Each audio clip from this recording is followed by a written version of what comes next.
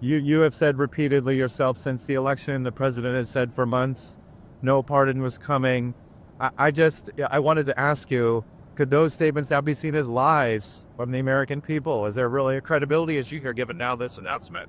First of all, one of the things that the president always believes is to be truthful to the American people. That is something that he always truly believes. 您现在听到的这段录音是12月2号发生在美国空军1号上面的一幕啊。美国的空军1号大名鼎鼎啊，美国总统的专机。其实啊，它不仅仅是专机啊，它是一个移动的白宫办公室。美国总统走到哪里啊，这空军1号就跟在哪里啊。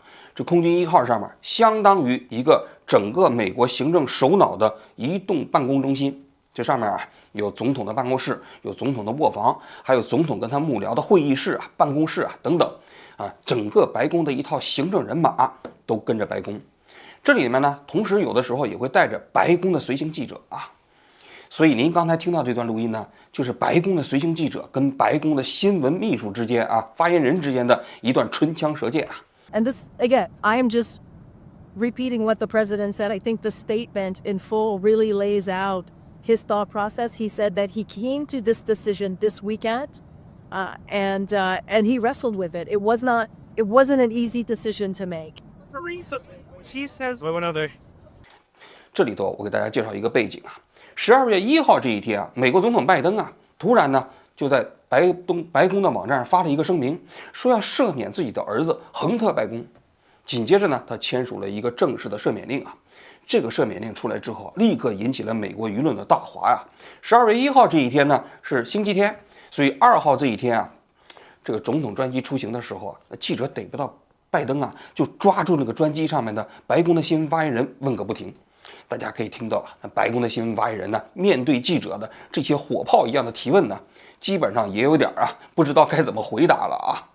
这里我还要给大家补充一个信息啊，拜登的儿子啊叫亨特·拜公啊，他呢现在是官司缠身，至少有2项罪行啊，一个呢是非法持有枪支罪啊、伪证罪啊，另外呢还有一个涉嫌偷税漏税的，他自己本人呢也已经认罪了。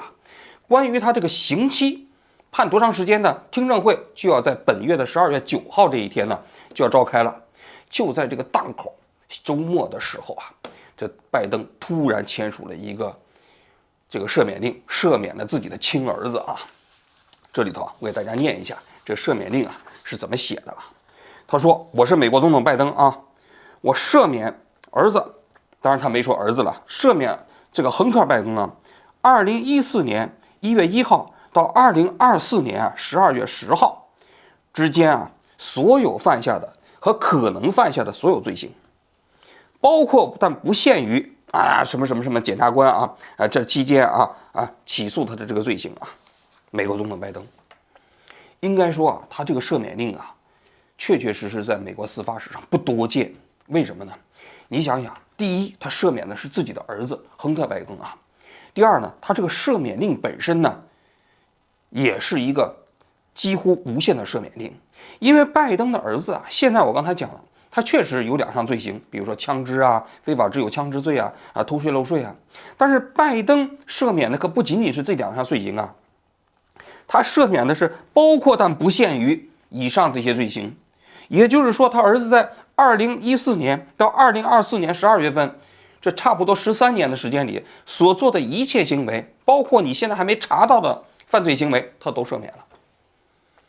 美国历史上跟这份赦免令可以相提并论的，差不多就是美国总统尼克松在辞职之后啊，他的副总统上台之后对他的这个赦免令。但那个赦免令大家都知道啊，那是尼克松当时那个行为啊，美国人民都举国皆知了，也确确实实是一个政治性的行为，所以对他的那个赦免呢，大家还可以理解。但是你拜登自己的儿子被赦免了，而且赦免呢，不光是现在已经查清的罪行，还包括可能的现在没有调查的罪行，通通都赦免了。那这个在美国的舆论中间一下子就引起了轩然大波啊！这份赦免令啊，之所以引起这么大的反响啊，有几个方面的理由啊。第一个，就我刚才讲的啊，美国历史上啊，这250年的立国历史上，总统都有赦免的权利嘛啊。在前面的220年啊，美国总统的赦免没有赦免自己的亲属的，但最近30年啊，美国总统啊都开始赦免自己的亲戚、七大姑八大姨的。克林顿当时啊就把自己的同父异母的兄弟啊给赦免了。紧接着拜登呢，拜登大家都知道了，那更是好像是没什么底线啊。他上台之后呢，赦免了自己的亲家，就是他女儿丈夫的这个父亲，他给赦免了。紧接着你看看，拜登又把他自己的亲儿子给赦免了。所以你看，最近30年啊，美国总统啊不停的在赦免自己的亲属啊，这个引起了很多美国民众的不满。那当时在飞机上录音不就有人就讲了吗？ The United States has more people in prison than any country on earth. Some are facing a death penalty that the president himself said he would get rid of, has not gotten rid of. Can we expect that other people who are in prison, whose clemency petitions are sitting at the White House, are going to have their cases see the same care and attention that the president gave his own son? So look, as you know, when it comes to the criminal justice system and really making sure we get to a place where it's equal and fair, this is a president that has taken this very seriously, and you know that via executive actions that he took very early on in his administration. David is almost asking American families to understand why President Biden did what he did with the pardon. But for families who have a child who or don't have the same resources as President Biden, is that fair to ask them to understand if they're not sitting in this position? 那这是很多美国人的一个发自内心的这个提问啊，这是第一点。第二点，你赦免的不仅仅是那个现在这个亨特·拜登啊，他本身犯的罪行啊，你还赦免了他包括可能的罪行。那有人就怀疑了啊，那你凭什么要赦免这个可能的罪行啊？是不是这个亨特·拜登啊，他其实还有更大的罪行，现在还没有调查呢？甚至有人说，就是亨特·拜登啊，他其实啊，这个犯罪行为不仅仅涉及到自己，还有可能涉及到你这个拜登本身自己，也就是说，整个拜登家族的腐败都有可能由这个案子引发起来。那你现在拜登，你一纸赦免令，你就通通都赦免了，那司法部就不能再干预了，那这实际上是为了掩盖更大的罪行。这是第二个方面。第三个方面就是拜登过去啊多次表达他不会干预美国的司法机构，相信美国的司法机构。 From a presidential perspective, is there any possibility that the president would end up pardoning his son? No. Well, is there, I just said no. I just answered. Go ahead. Why doesn't President Biden just pardon him? President, I've been very clear. The president's not going to pardon And his one son. more. It's still a no. It's still a it no. will always be a no. It's still a no. It will be a no. It is a no, and I don't have anything else to add. Will he pardon his son? No. The president, I could speak for the president, and he said he would not pardon his son, and I'm just going to leave it there. 结果呢，突然又食言了，啊，就是在这个马上自己要退任的时候，直接签署了一个赦免令，赦免了自己的儿子，出尔反尔啊！那你过去如果你要想赦免自己的儿子的时候，那你别说呀，你一直说相信美国的司法，他不会干预，要尊重陪审团的这个判决。结果呢，陪审团真要判他自己的儿子的时候，马上对他自己的儿子进行赦免了。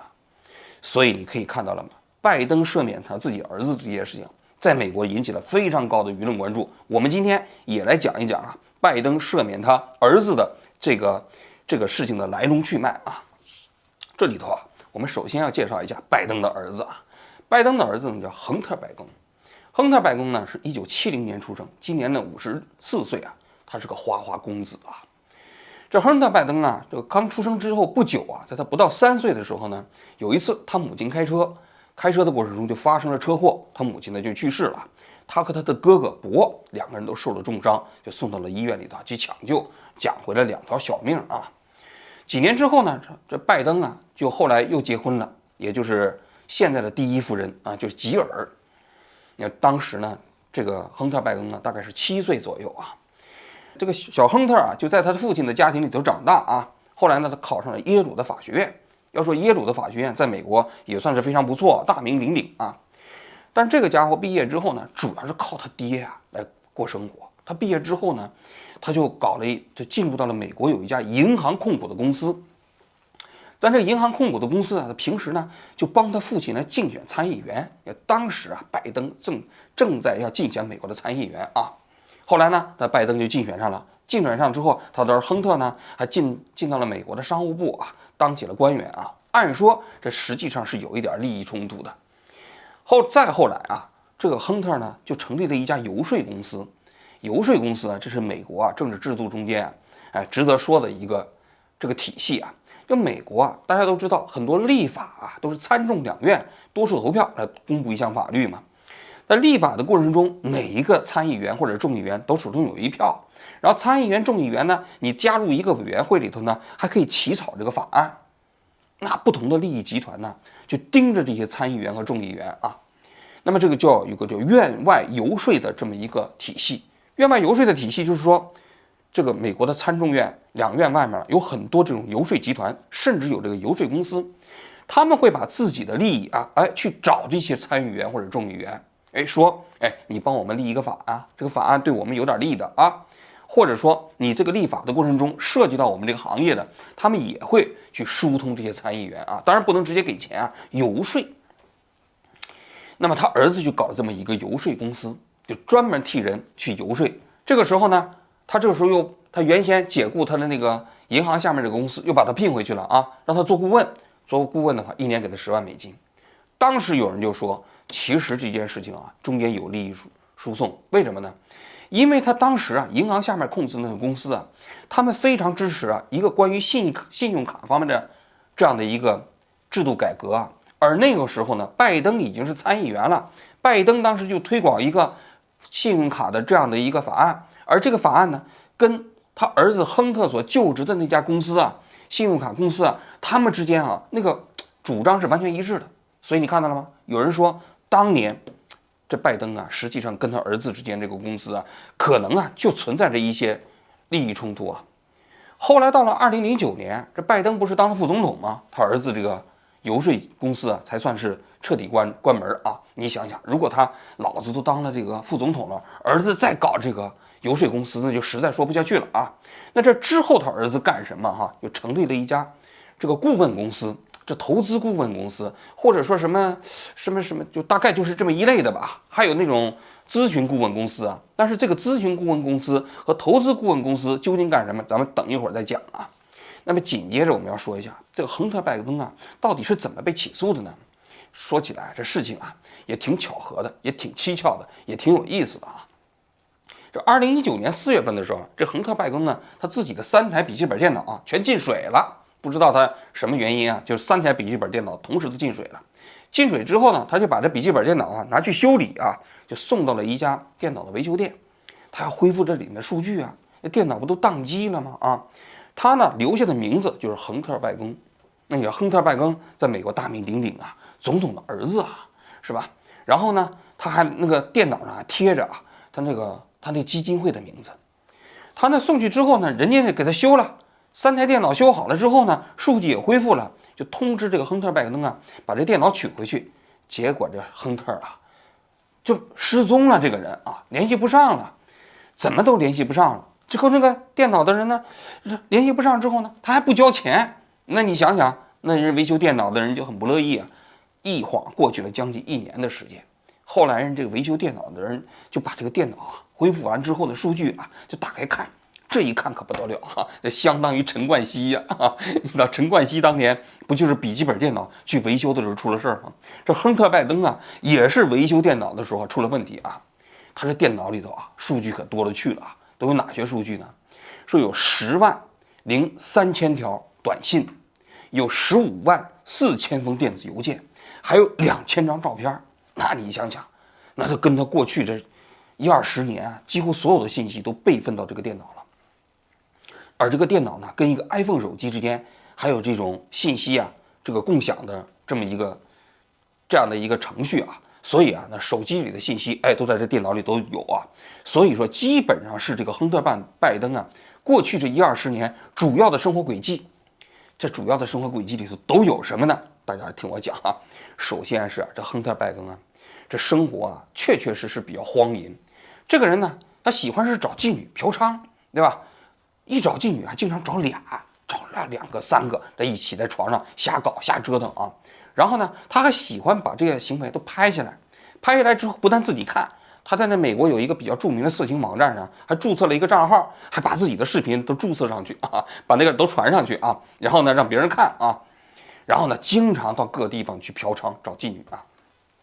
据说是2018年的时候，他在那个拉斯维加斯那个地方找妓女，还让那美国的特勤局给他看着在外面，是吧？这是一个方面。第二个方面呢，就是他吸毒。那这个电脑里有大量的他购买毒品呢，跟那些妓女啊一起吸毒的这些证据，比如说是支付的这些钱呐，跟他们大家一起吸毒的还有照片啊等等啊。那你想想，这都是相当于他吸毒的这个证据啊。第三个方面，这个人呢，他哥哥不是叫伯吗？他伯呢去世了，他呢就跟他的伯的遗孀，也就是他嫂子，就搞到了一起了，跟他嫂子谈恋爱。跟他嫂子谈完恋爱之后呢，又跟他嫂子的妹妹谈恋爱。你说这亨特是吧？确确实实这是人品有些问题啊。紧接着还有第4个方面，就涉及到枪了，因为枪在美国这是比较重要的一个问题啊。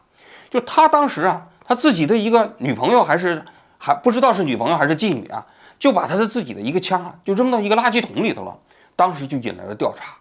那你这枪随便乱扔可不得了啊！紧接着就发现，这亨特当时在买枪的时候啊，他撒了谎，这就比较严重了啊。因为在美国，你买枪的时候要做背景调查，背景调查里头就问你吸不吸大麻呀，你吸不吸其他的什么镇静剂啊、毒品呢？他呢都说 no， 都打了叉。但问题是，他电脑里头那么多吸毒的证据，那么多跟其他的人一起吸毒还买毒品的证据，你想想，这不是自证其罪吗？他的电脑里，对不对？所以你想想这个电脑，这所有的这个证据，亨特整个人生的犯罪轨迹就都全了，对吧？当然了，也有不少跟他老爹啊拜登之间的信息啊，比如说2019年的时候，他就劝他老爹选总统，说你选总统之后，你对我有利。这里父子2个人说话那知无不言呢。而且呢，还有一段时期啊，这个家伙，你想他挣的钱不少啊。然后呢，由于他荒淫无度啊，给妓女，我看他转账记录最高的有一笔是直接转上$25,000，住的那豪华的5星级酒店，住几天之后，那房费啊，这个还有其他的费用啊，一下子都花了5、6千美金。但是他自己的账户上经常是分文没有，他自己的女儿看病没钱支付，找他自己的老爹拜登美国总统要钱，让他老爹给他自己的孙女支付这个医院的账单。你想想，这亨特说，应该说这个拜登啊，教子无方啊，溺爱自己的孩子，把他自己的儿子生生教育成了这样的一个败家子儿啊。那么这个信息啊，当时人家修电脑的老板看完之后啊，那怎么办呢？觉得这个涉嫌犯罪，第一方面就把这电脑啊备份下来了，交给了 FBI。第二呢，又把这个信息啊交给了这个川普这边的律师。我估计这个维修店的老板呢，也是一个支持川普的啊。所以你看，拜登的儿子这么搞嘛，说就把这个信息就交给了川普的律师啊。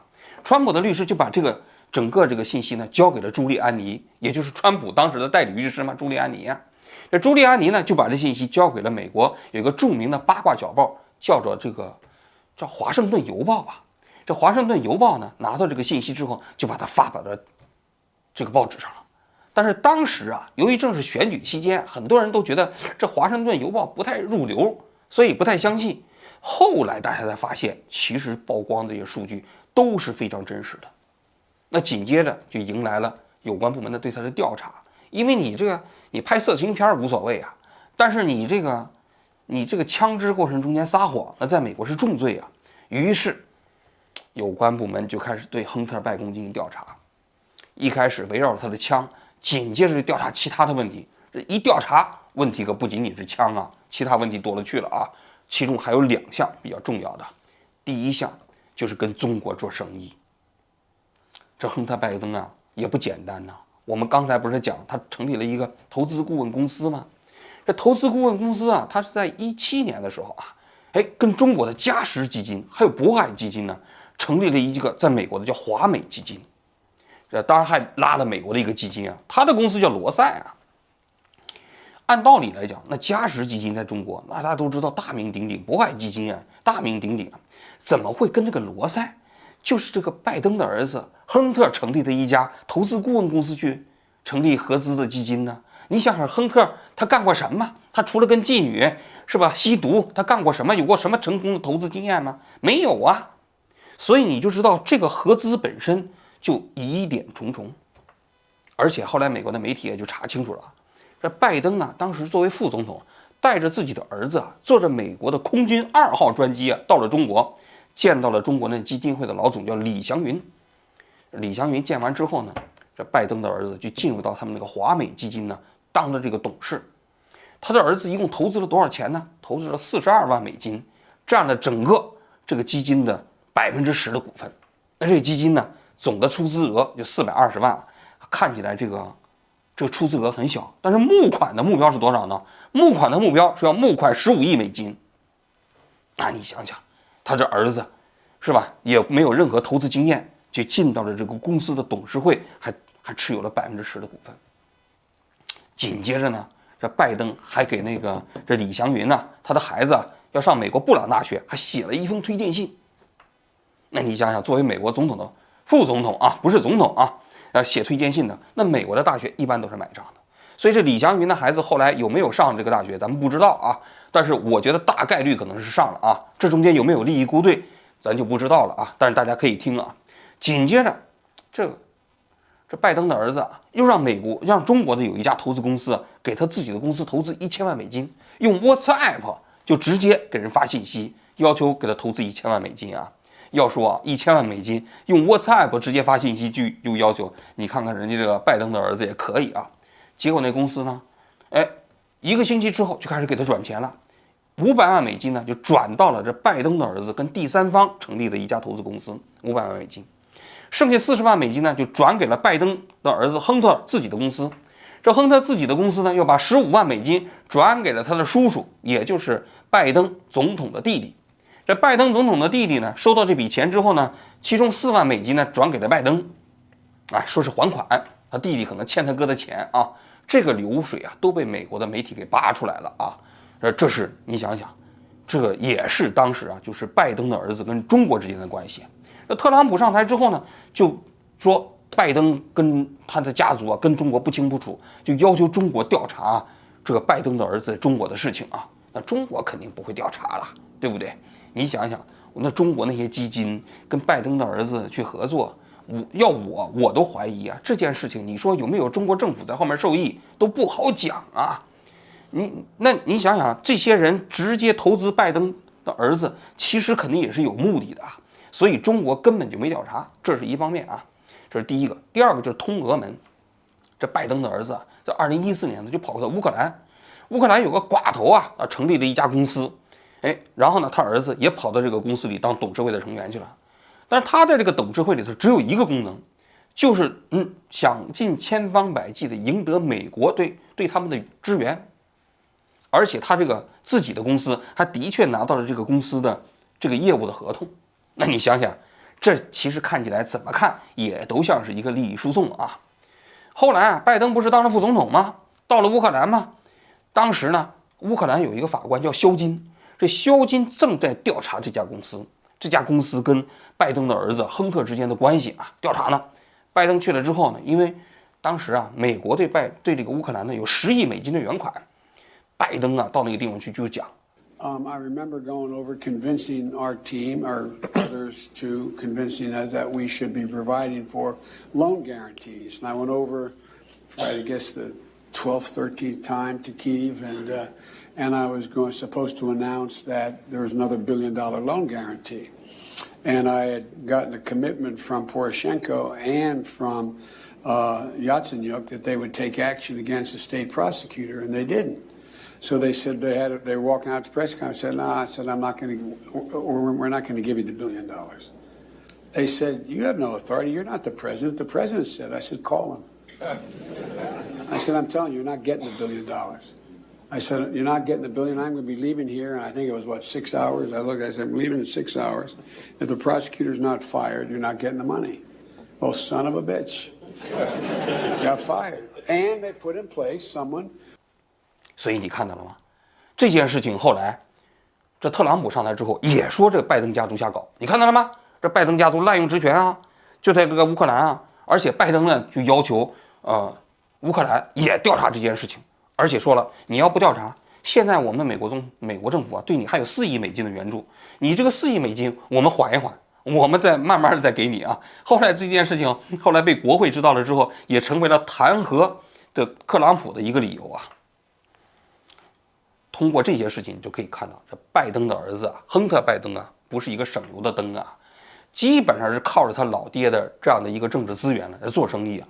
你要知道，他当时在那个乌克兰那家公司就职的时候，年薪是60万美金呢，60万美金啊，一直干到了拜登后来当总统。你想想，我看的是差不多有6、7年的时间，一年60万美金，相当大一笔钱呢。而且你别说啊，人家拜登的儿子啊，也收了钱之后啊，也真办事儿。你比如说中国政府啊，在刚果金买的那个钴矿，就是中国有一家公司啊，叫洛阳钼业啊，他买的这个钴矿是从谁手里买的呢？是从美国的一家公司买的股权啊。大家都知道这个钴啊，是现在电动汽车过程中间非常重要的金属，也就是锂电池啊，也包括新能源电池中间非常重要的元素。现在都说中国现在控制了全世界主要的钴矿资源。这中间就有拜登儿子的一份贡献啊，他当时就撮合了美国这家公司，把自己的股权卖给了中国的洛阳钼业。所以你看到了吗？拜登的儿子真的是不折不扣的美国第一败家子儿。后来呢，那么美国的这些司法部门呢，对拜登儿子的调查，关于中国这部分调查来调查去，好像是没有找到什么实质的证据啊，最后就找来当时给他转钱过程中间涉及到偷税。查来查去啊，这拜登的儿子叫亨特·拜登啊，一共有140万美金的这税款没有交。那这个偷税的事情，这比较确凿是吧？再加上枪支那件事情也比较确凿，于是就把他起诉了。起诉来起诉去呢，说一开始说达成的一个协议啊，说这2项事情搞一个认罪协议，说判他有缓期2年徒刑。结果这个方案出来之后，全美国都不干了，说这么严重的罪行啊，你就缓刑2年呢，那不行啊。后来特朗普时期任命的一个这个特别检察官这个人呢，他呢就受命管这个案子。他管这个案子的时候呢，就要明确的对亨特·拜登进行起诉。那有人就说了，就这个特别检察官呢，由于是支持特朗普的，所以就涉及到了一个政党的纷争嘛。所以拜登讲来讲去说他的儿子被特别对待了，是因为他的儿子是因为他就是因为是亨特·拜登，所以他才被整的。过去他说相信美国的司法，但是呢，现在的美国司法体系也受到了政治因素的染指，所以他才要他对他自己的儿子进行特赦。整个他儿子这个案情大概就是如此那我们紧接着就来分析分析这拜登的这个特赦行为首先我们来讲一下特赦这项权利是美国总统确确实实是拥有的。美国宪法的第2条就规定美国的总统的权利3军总司令陆军和海军同时呢对美国的行政机关那拥有着非常重要的权利你任何一个机关里头问询执行总统的政策，其中这里头就讲到了，他可以对美国所有的这个罪犯进行赦免这个权利除了一项罪行，就是弹劾案件以外，其他都可以赦免。所以你可以看到了吧，美国总统确实拥有特赦的权利那么说起这个特赦的权利也蛮有意思的实际上英国的国王过去就拥有着非常重要的权利，可以特赦一切罪犯。后来呢，就是这项权利慢慢受到这个国会这个权利的限制。现如今英国的国王虽然有权利赦免，但是基本上都是要通过英国的司法部门的认定之后才拥有这项赦免的权利你比如说日本也是一样，过去天皇也可以赦免现在基本上这项权利也被剥夺了。所以你可以看到了吗，就是这个司法权利过去都是属于行政的，属于国王或者说是相对于国王这样的一个人。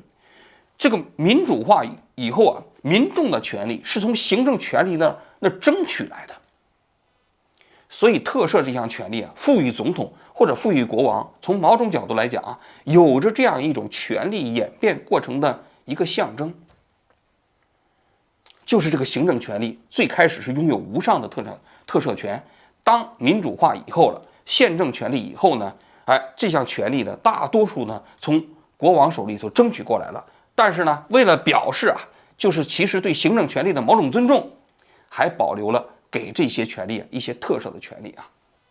像我们中国，我不知道中国的宪法规定这国家主席有没有特赦的权利但我们中国历史上就实行过非常短暂的那么一个特赦，就当年在1949年抓了国民党的战犯，抓了这个日本人的战犯关了若干年之后，最后呢都通过特赦的形式把他们放了。除此之外没有搞过特赦那么美国总统的这些特赦的权利应该说确确实实非常大。你比如说那么一般来说，这个普通的美国民众，其实你是可以申请向美国总统要求特赦你的，但是他有一项规定，就说你这个案子必须是审判之后5年，你可以自己写信给美国的这个司法部写信，给美国总统直接写信说请求总统来赦免我。那么为什么保持这个赦免的权利呢？其实我刚才讲了，除了那个历史的缘由以外其实它还有这么一个立法的这么一个理由在里面，就是由于我们知道整个宪政体系中间这个现代的西方法律它追求的都是一种形式正义形式正义有的时候跟结果正义也并不匹配，所以有些案子虽然说认定这个人有罪，但是呢民众都觉得不应该这么判。你就比如说当时水门事件的过程中间，那记者就拒绝透露出自己的线人，那按照美国的法律，这个记者可能就要吃官司，就要坐牢。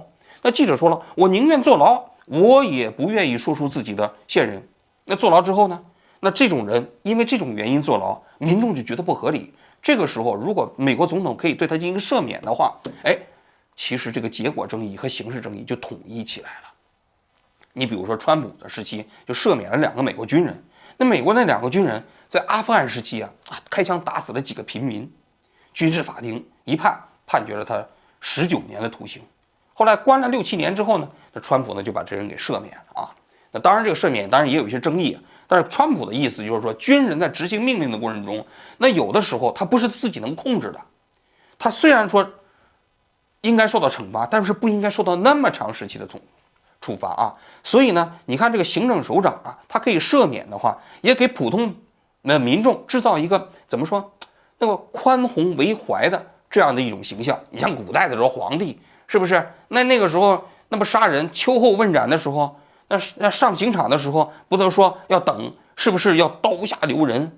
那皇帝的圣旨一来说这个人不杀了，那就是制定一个皇恩浩荡的这样一种形象嘛。其实这也是一个非常重要的理由那对于美国的这些被判入狱的这些犯罪分子来讲，如果你裁决5年之后，你是可以向美国总统要求给你赦免的。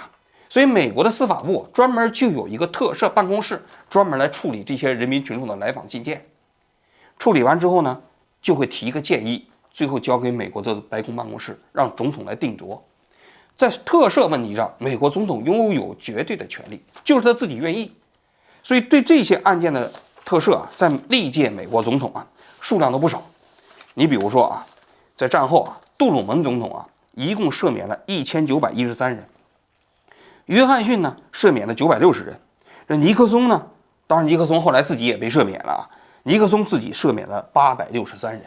你看这数字都很大这是一类赦免，就是由犯罪分子他们呢提出申请，司法部审核，然后呢美国总统来签字来赦免还有一类，那这一类呢就不受这个程序的限制了我们刚才讲到了，这个呢是你在审判5年之后，美国的宪法规定呢，这美国总统的赦免不仅仅是在你这个司法程序结束之后，你就是审判中的没审判的你都可以赦免，而且只要总统想要赦免就可以赦免。所以拜登赦免自己的儿子他的儿子其实这个案子还没有审理完呢，还没有判决他就直接赦免了。而且他不仅仅赦免了这亨特·拜登现在的这2项罪行其他可能发生的罪行他都赦免了所以你看这权力非常大但是我这里要讲到了，为什么拜登的这次赦免争议这么大？因为美国总统的这个赦免权利虽然几乎是不受限制的，但是实际上它也要符合这么几个标准。第一最重要的标准。就美国总统宣誓的时候啊，你其实你这项权利的行使要必须符合公共利益，这是美国人的通识，也是美国宪法要求的。就是美国总统必须遵守的一项规则是，你这项权利的行使必须按照人民的意志，必须按照公共利益来行使。所以你想想，它其实暗含着这样的一个前提，就是你赦免也好，你也必须出自于公共利益，你不能出自于自我利益。你比如说，美国总统假如说赦免自己可以不可以啊？那川普啊，在4年前啊，他自己要倒台的时候啊，他不是当时1月6号当时发生了骚乱吗？有人就认为川普有可能涉嫌叛国罪，说川普在自己离职之前认真研究过赦免自己。但我要觉得川普赦免自己在美国绝对违宪。为什么违宪呢？因为美国的这个赦免中间就有一条，其实规定啊，你不能自我赦免，你不能自我保护性赦免。你自我赦免的话，意味着什么？你假如说这个总统就叛国了，他要跟人民为敌，跟美国的宪政体制为敌，同时他还赦免自己，那不成笑话了吗？所以其实赦免是不能自我赦免的，也不能自我保护性赦免。因为美国的法治里头啊，有一项最基本的原则，之所以是法治不是人治，就是任何人不能成为自己案件过程中间的法官。如果你要是总统赦免了自己，你不就成为了自己犯罪行为过程中间的法官了吗？这是非常重要的一点。还有一点，就是这个美国总统的赦免啊，它其实不能跟美国其他的宪法规定的权利相冲突、相违背。你比如说，有一个人他藐视法庭，他其实嘲笑的是整个美国的司法制度。你美国总统你要赦免这个人行不行？原则上也是不可以的，因为你其实这项赦免就相当于构成了这项罪行跟美国其他的宪法权利之间的冲突。所以你可以看到了吗？就这些啊，虽然没有写在美国的法律条文中，但其实也是美国社会的共识。但是拜登赦免自己的儿子，从某种角度来讲，就开始挑战这个共识了。拜登赦免自己的儿子是出于国家的公共利益吗？拜登说他自己的儿子啊，现在啊受到了一种选择性的执法，是因为现在美国的司法部啊已经被这个政党的利益劫持了。空军1号那个记者问得非常犀利。This is the president saying, He said it's infected with politics. I said I would not interfere with the Justice Department's decision making. I kept my word, even as I have watched my son being selectively and unfair prosecuted. So how deep is the rot? How many selective prosecutions are there at the DOJ? 除了你拜登的儿子亨特拜登案以外，还有其他的吗？那紧接着我们就要问了，说 So, Karine, when the president says that the justice system is infected with politics, how deep is the rot? And how much of the blame does the president take on himself for the fact that his own Justice Department, his appointees, have allowed it to get this bad? 紧接着又问了， Is the president seeking the resignation of the Attorney General? 既然司法部现在已经腐败了，已经被政党利益控制了，按道理来讲，正常的逻辑来讲，你应该让这个司法部长辞职吧？没有啊，那这说明什么？说明其实拜登找的就是借口，他其实就是为了自己的私利来赦免自己的儿子。这件事情啊，你再替民主党去辩护也说不过去。这是第一点。第二点，就拜登此前说过那么多次，要尊重司法体系，他现在为什么要赦免自己的儿子呢？在我看来，有一个非常重要的原因，此前他是想谋求连任。谋求连任的时候，他当然不能赦免自己的儿子了。你想想，拜登如果要是连任的时候宣布赦免自己的儿子，他是没法选了，对不对？结果后来他不连任了，哈里斯又失败了，川普又上台了，自己马上就要下台了。于是，拜登干脆他也没什么顾忌了，就把自己的儿子自己给赦免了。但是他这项赦免真的有可能啊，就避免了将来他儿子其他更大的罪行。因为他儿子有可能犯的罪行绝不仅仅是现在所存在的这2项罪行。当然这件事情未来后续的发展啊，拜登也未见得都能避免他儿子锒铛入狱。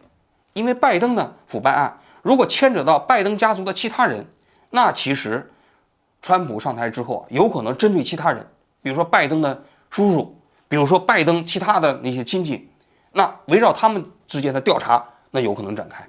还有人说了，那么将来亨特拜登啊有可能被国会听证会给叫过去。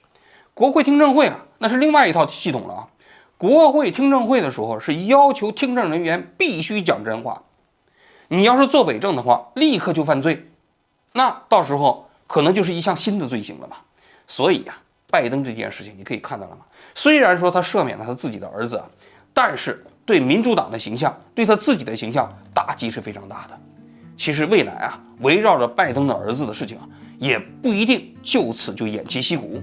虽然拜登的儿子在赦免令发生的第2天就跑到了美国司法部，赶紧签下了这个切结书但未来说不定他的儿子事情还有可能爆发更大的新闻事件。我们呢就继续来看，拭目以待好了，我今天就讲到这里，谢谢大家。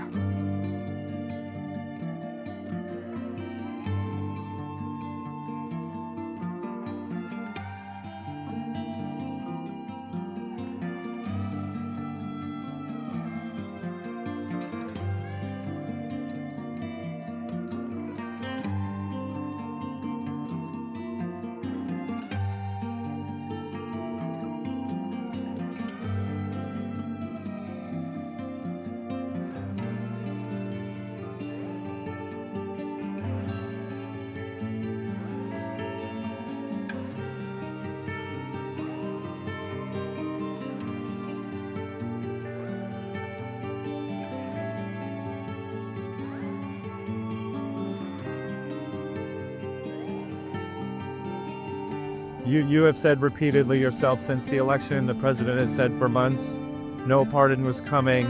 I wanted to ask you, could those statements now be seen as lies from the American people? Is there really a credibility issue here given now this announcement?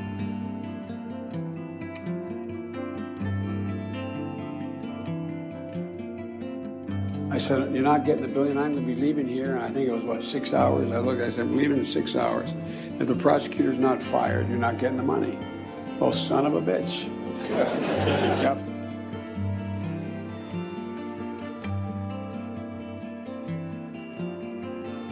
我们奉劝美方放下傲慢与偏见，而不是对别的国家指手画脚、说三道四。